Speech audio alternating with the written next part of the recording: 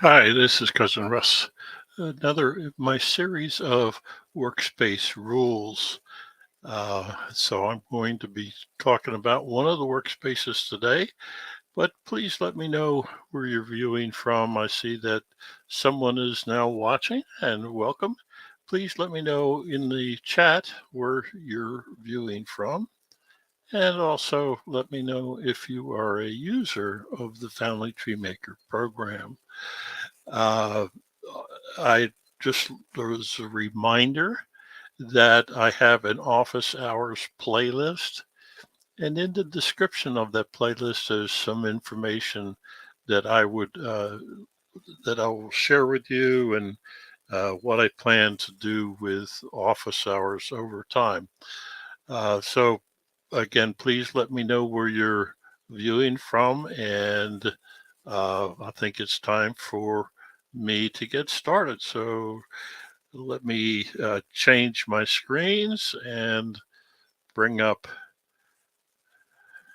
there we go, and get myself off the screen so you can see the presentation. So this is Family Tree Maker 2019. Not much different from previous versions. And what I've been doing in this series is talking about my workspace rules. Now, if you're not familiar with the program, let me give you a list of the workspaces. And I've already given some recordings on several of these workspaces already, and I have some more planned ready to go.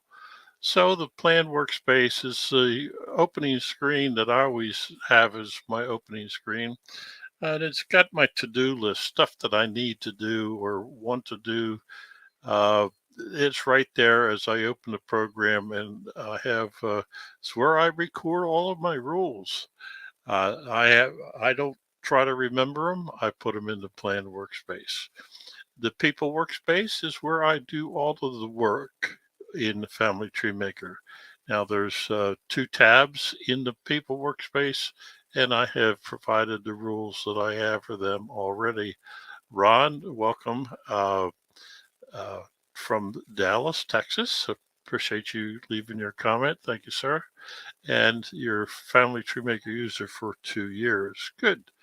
So there's the people workspace. The next workspace is the places workspace. So where the map feature is, and I have given some examples of why that is important and the rules that I have for that workspace. The media workspace is what I did yesterday. That is where all the media files are stored, and I have some rules about the media workspace. The next workspace is sources.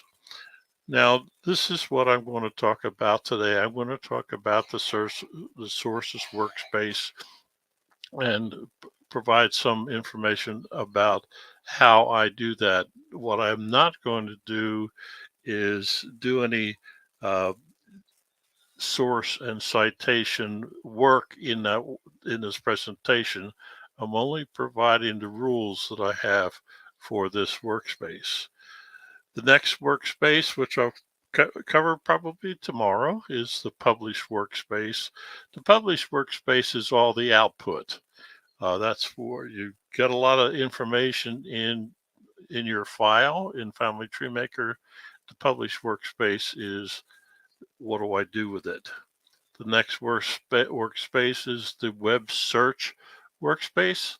And that, again, I will talk more detail that in the future.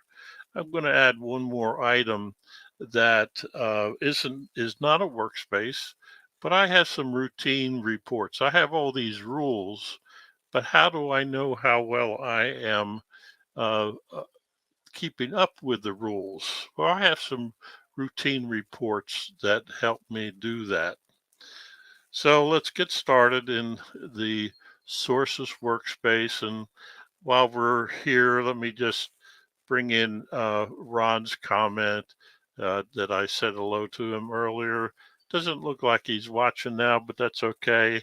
You never know who's watching the recording. So much with that. And I want to change my banner to uh, be where my blog is, where most of the work that am going to show you today has been not associated with rules necessarily, but how I work in these workspaces and work with sources and citations. It's in the blog. Okay, so let's look at the workspace.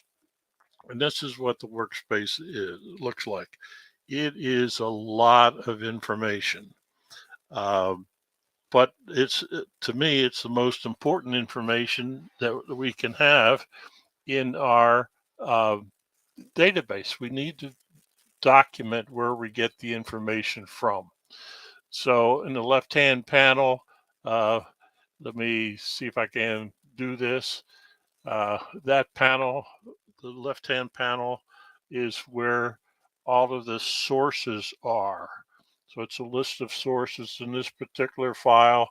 Looks like I have about 514 sources in this database. The center column is the citation information.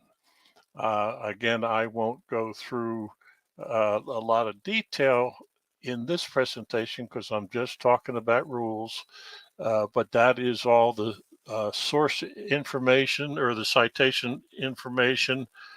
And down at the bottom of that panel is all of the facts that are linked to that citation. The right-hand panel is the details on the citation.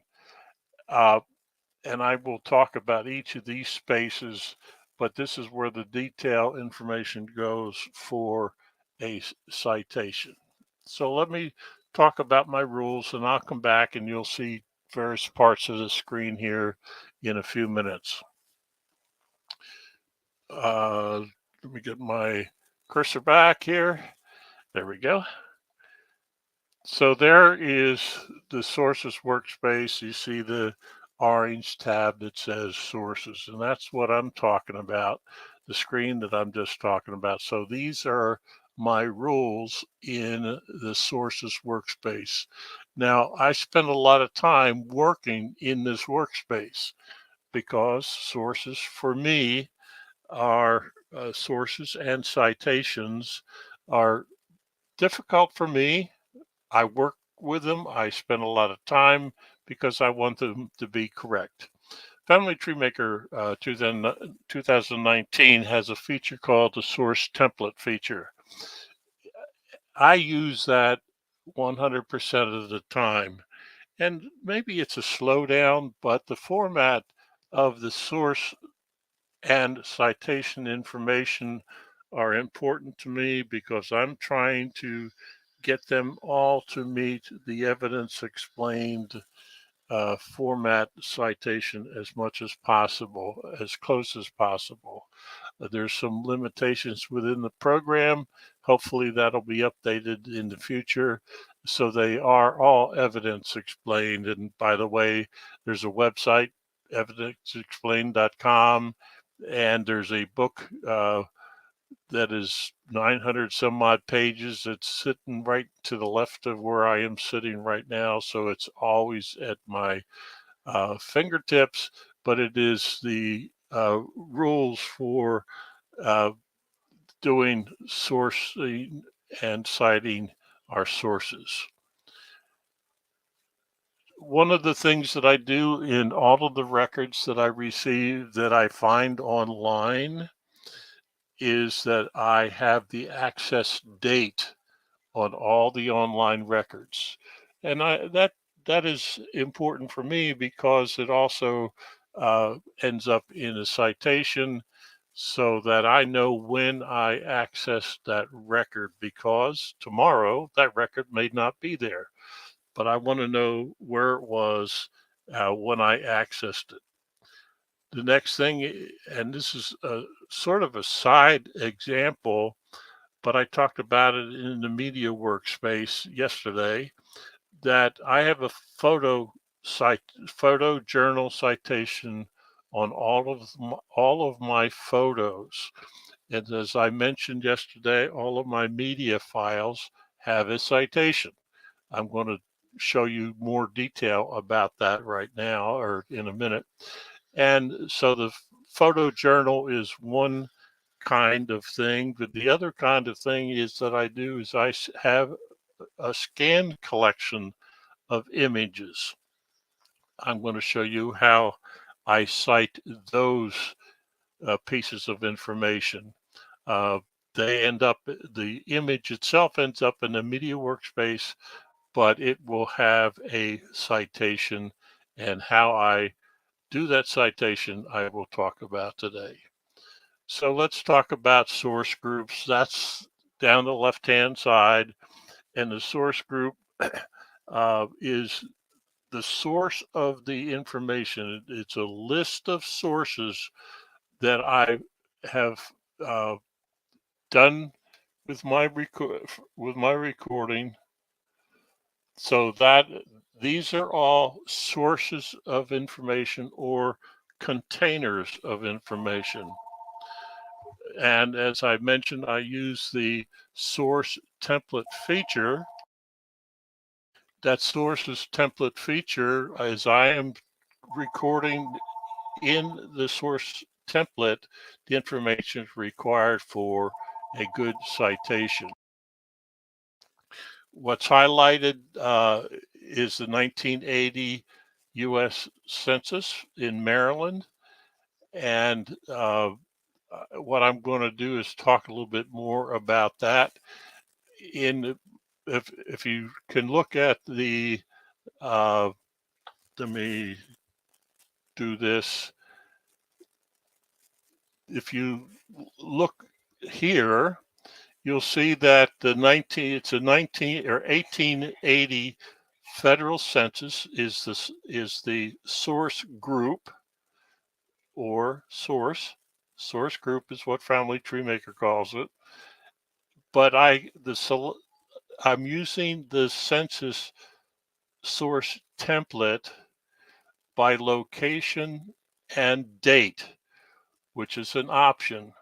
Yeah, I have a bunch of Maryland options.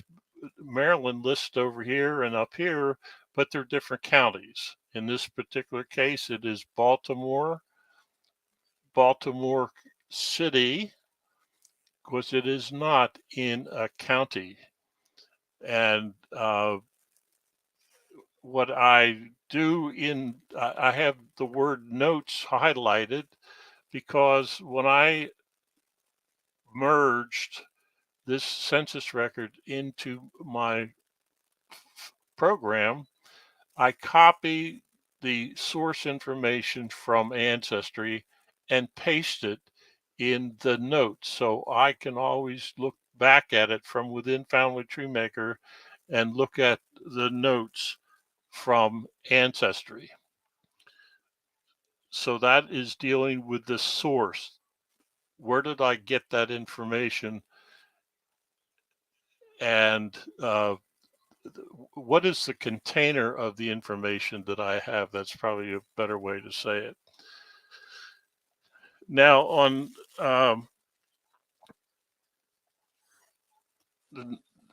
the next slide, this is on the right-hand panel, and this is where the citation, the last slide was the source. This is the citation. This is where I work on the citation. And I'll talk about that in a little more detail right now. There's an indication that what I am looking at, if I go back and don't get rid of that arrow too quickly, so that there's an indication that the 1880 Maryland Census Baltimore City is using a source template feature, but that is dealing with the source. And by the way, for those who know me, I do not like the word source citation. That sounds like it's one thing. I believe, and at least for my feeble mind, it is two things. It's the source, the container of information, and the information um, that you found. So, but there's an indication on the screen that I am using the source template feature. Now, the next field down is the citation detail, and that is where I identify where in that source did I find the information that I was looking for. This information is online. The information is brought into Family Tree Maker, not the way that I want it. I will always, and I've talked about this before, and I will talk about it again. When I do a merge from any website, the first thing I tackle is the citation. So what I do for the citation detail field is I look at the census record and type in the citation detail field the information to complete the citation. Yes, it takes some time to get it correct. The next field down is the citation text. On the screen, I say it's not included. And if you look at the checkbox on the side, you will see that there's no check mark in there because I do not want what I put in the citation text field. I don't want that displayed in the full reference note, which is down at the bottom. I use that field for my own purposes. For an example, it says the citation text says record for Lawrence Lewis Conrad. I accessed this record, the census record, on the 26th of July, 2012. But what I did on August 21st, 2018, I updated the citation detail. So I know what I did, I know when I did it, and I did it because I wanted the citation detail to be more accurate and closer to evidence explained. And I've learned how to do these citations, uh, and I've learned all of the time because I want to get better at it.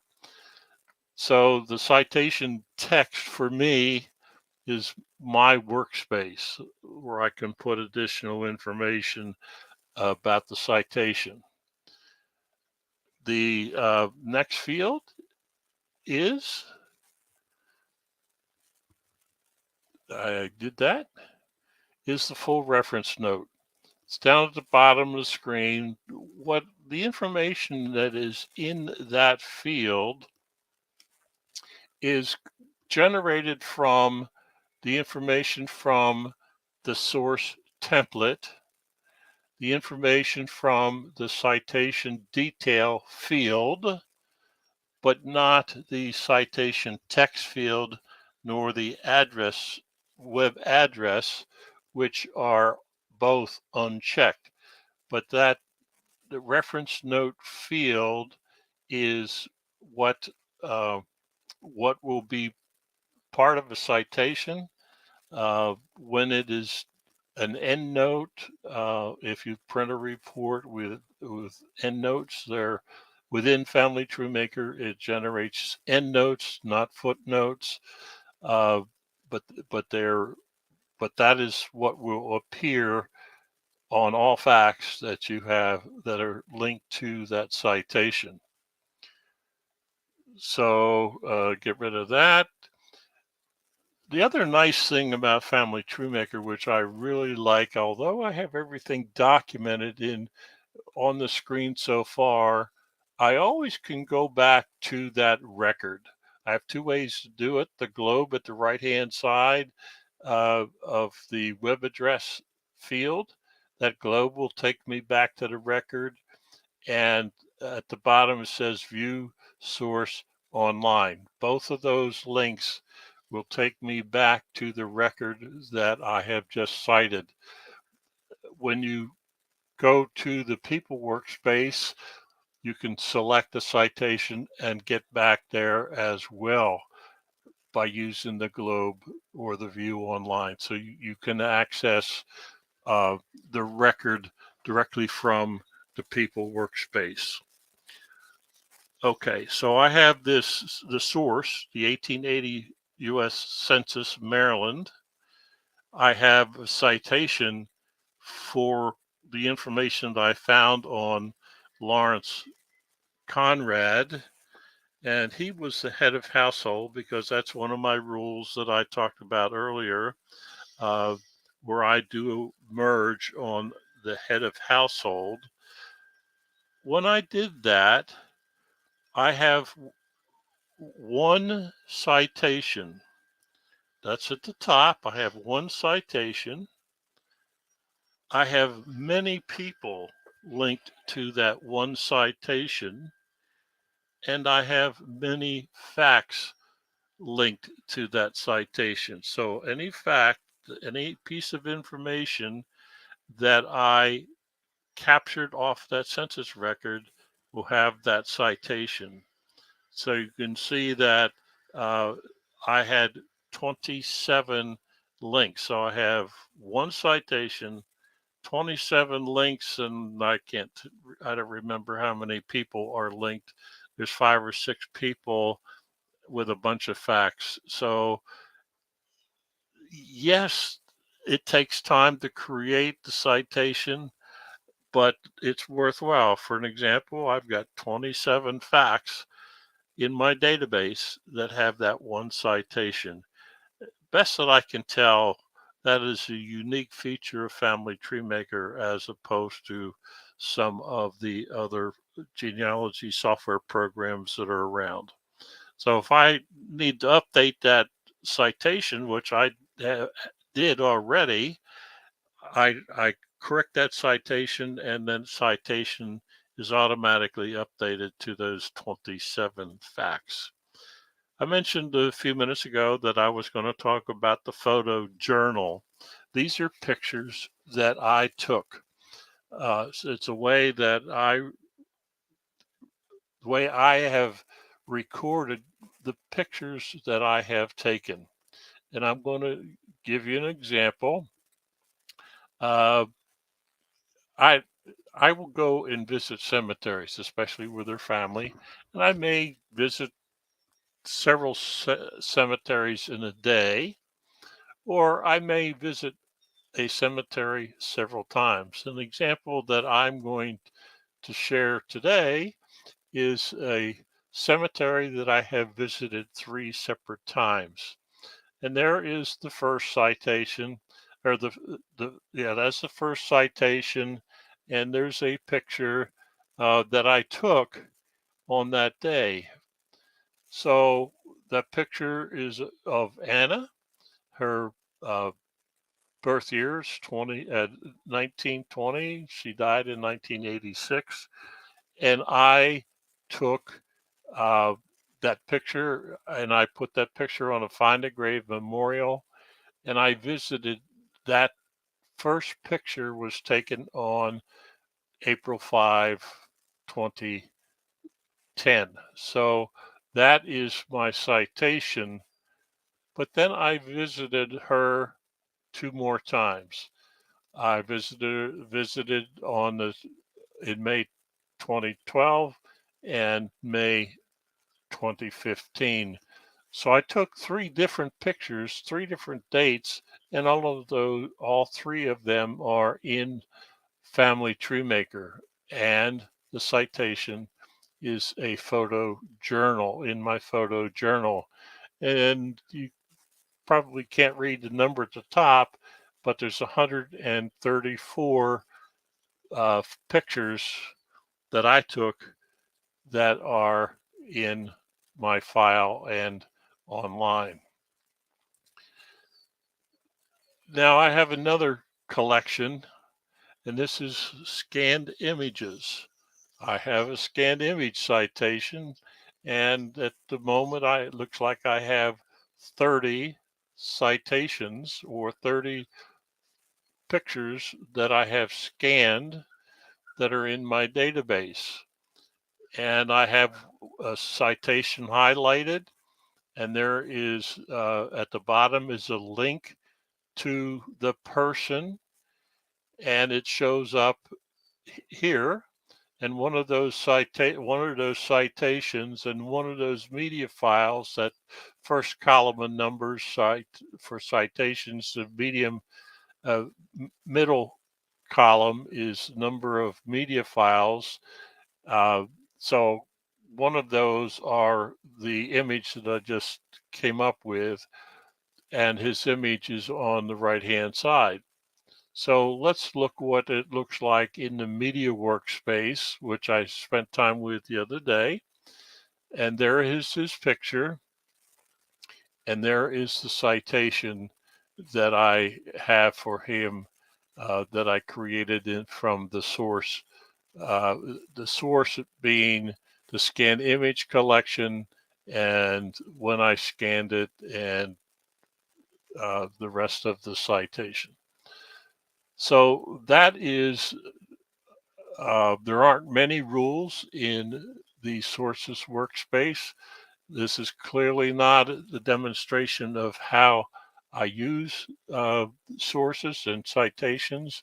I just wanted to document the rules that I have in that workspace.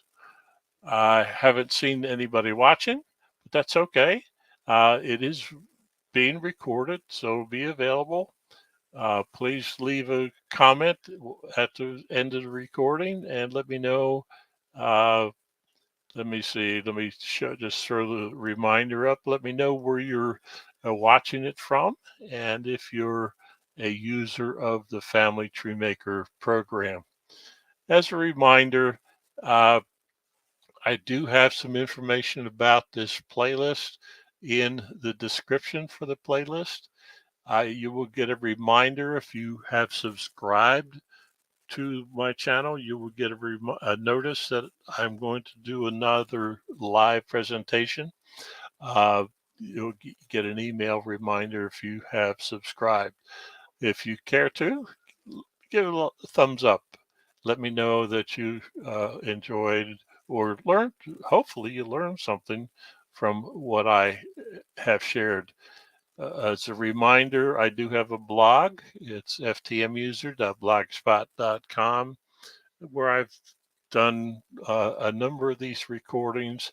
And I see that a comment just came in from Ron Baker. Ron, thank you, sir. Uh, I hope you enjoyed it. And if you have any questions going forward, please let me know. And again, on the blog, there's quite a number of how to do stuff, how I used the program on the blog. And there's a way to subscribe and get notification when I update the blog.